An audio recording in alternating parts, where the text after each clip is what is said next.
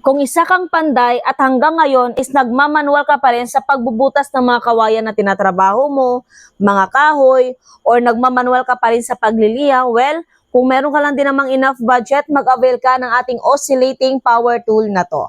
So this comes with a box, so meaning may lalagyan na siyang sarili niya. And of course, kung hindi mo pa talaga siya kabisado, then once mag-purchase ka neto ha, may inclusions na siyang manual. At ang maganda dito, pwede ka mag-purchase ng single battery, dual battery, 10 cells, 15 cells, or 20 cells. Yung meron ako dito is single battery na 15 cells, at ito ang itsura ng ating oscillating tool. Kung mahilig kang magdi-DIY, sure na magagamit mo talaga yung oscillating tool natin. And once mag-purchase ka, ganito nakadami yung mga inclusions na matatanggap mo. So eto, si oscillating tool natin is talagang magagamit mo.